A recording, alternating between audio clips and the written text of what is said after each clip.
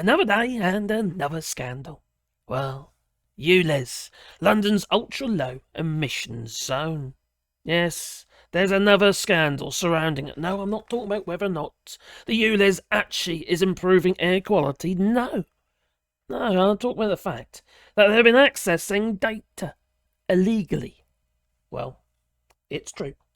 Ulez finds scandal since Italian police are illegally accessing thousands of EU drivers' data.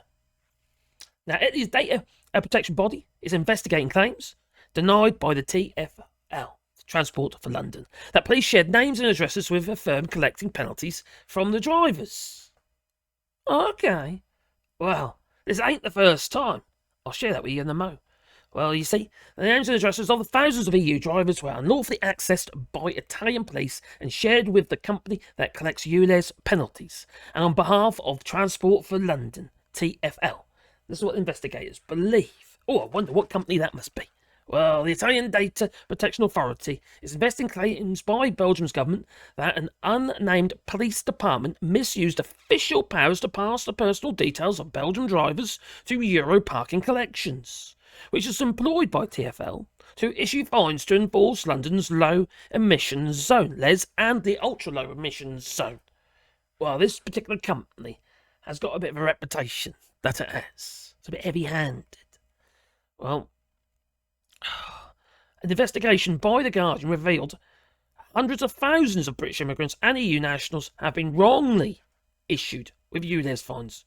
I wonder who that was. Well, this geezer here, he got 11 grand fine. This one's about, well, a few months ago now, but yeah, he got £11,000 for failing to register the London Ulez rule. So you got before you enter, they got to know who you are, basically, even if you're coming from abroad.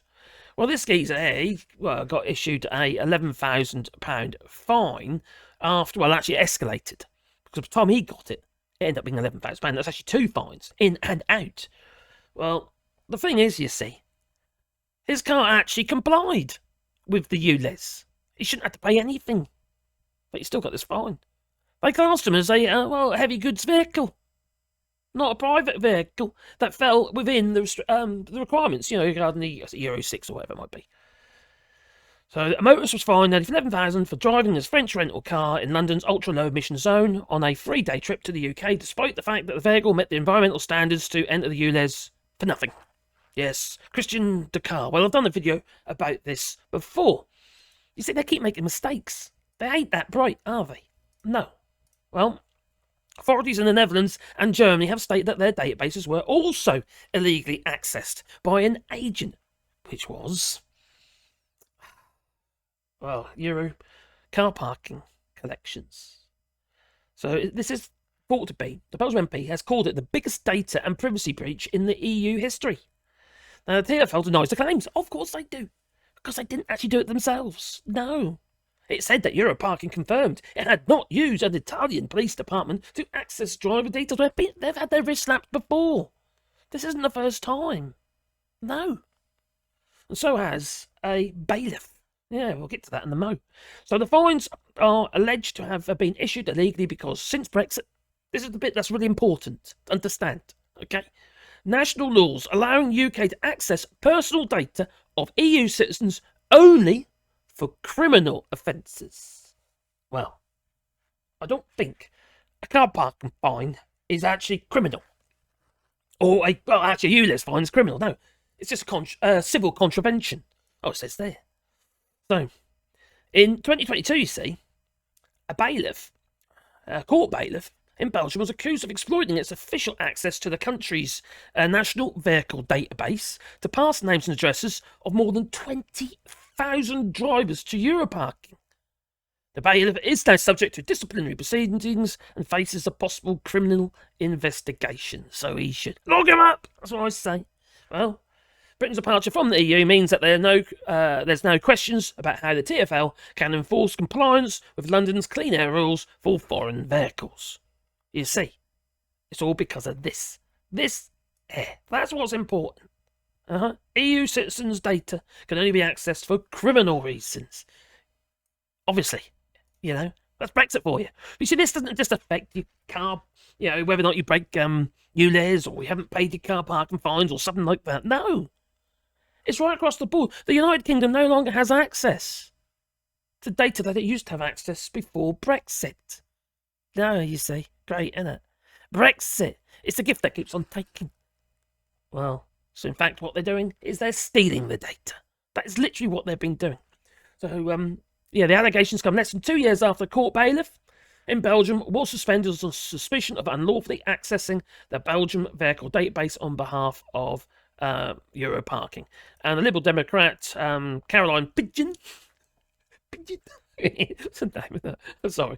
If this data is not being, oh, some childish, I can't help it, it's not being collected lawfully, it represents an extremely serious data breach that would seriously damage the reputation of London as a world-leading tourist destination, and in addition to the reputation of the Mayor of London and TfL. Yes, silly car, I think you failed on this one, mate. Because, quite frankly, I value my data. I don't want it being given away willy-nilly. It's bad enough I do all this stuff online, but to have some Tom, Dick or Harry just dipping in willy-nilly to, well, my address, for instance, where I live, for instance, that ain't on. That ain't on. See, the thing is, we should be taking more care of our personal data anyway. And people are so frivolous with it. Just hand it out to every Tom, Dick and Harry. Every time you go shopping, when you put your little card in there to get your loyalty points and what have you. Well, you're telling them what you buy. Collecting data about you. So they can sell you stuff. You know? It's all getting very, very risky. That it is. Well, you see, I value my data, but in situations like this, I've got no control of this data. Obviously, you know, I'm registered to live here. You know, they've got all my details. So I don't want some flippant, unscrupulous company that has a reputation as, well, as a fine collecting company.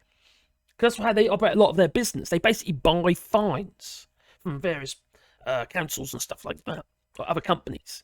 And then they seek to, because, you know, they seek to claim that money or get that money out of you from abroad. And while you're abroad, you see, and they'll just rack up more and more, costs on top of it. Yeah, your fine increases like this geezer with his 11,000 euro fine or pound fine, I think it was. But yeah, it's just nuts how we've allowed this to become the norm over the last few years. We've become very not very protective. What you got to remember about data is it's not what they can do with it today. Is what they can do with it tomorrow. And with AI, development of AI, and crikey, yeah, it's getting quite scary, quite frankly. And I know some people think, oh, crikey, it's in full hat pack on. Anyway, you tell me what you think. Have you had, what do you think about this? Also, have you had any experiences with Euro car park collections? Please leave it in the comments down below. But please hit the old like button and maybe subscribe to the channel, because then you get a warm fuzzy feeling in your pocket every time I upload another video. And if you want to support the channel, and it needs all the support you can get, I'll tell you that, crikey, keep it going. You do that on Patreon, or buy us a coffee. But also, we are doing a rewilding here in France, where we are planting 1,000 trees on 2 hectares of land. And if you want to be a part of that, there's a GoFundMe link down below, where basically you can buy a tree. I'll put a tree on the ground on your behalf, but also I will make a sign to go in the tree. It could be a name, it could be a memory of a loved one, it could be, well, maybe a pet, whatever you like. And now that we've got our laser, which is literally just sitting just beside me, I'm going to be making more signs which can have phrases on, or maybe there's, put more words on, basically. Not just me and my router in the workshop, which is obviously limited on space, but the laser I can get a lot more on there. So if that's of interest, check out the links down below. In the description, that they are. Anyway, it's time for me to go. So I can say toodaloo, you know. But please just boop the like button. Watch yourself with Ulez, won't you? For God's sake.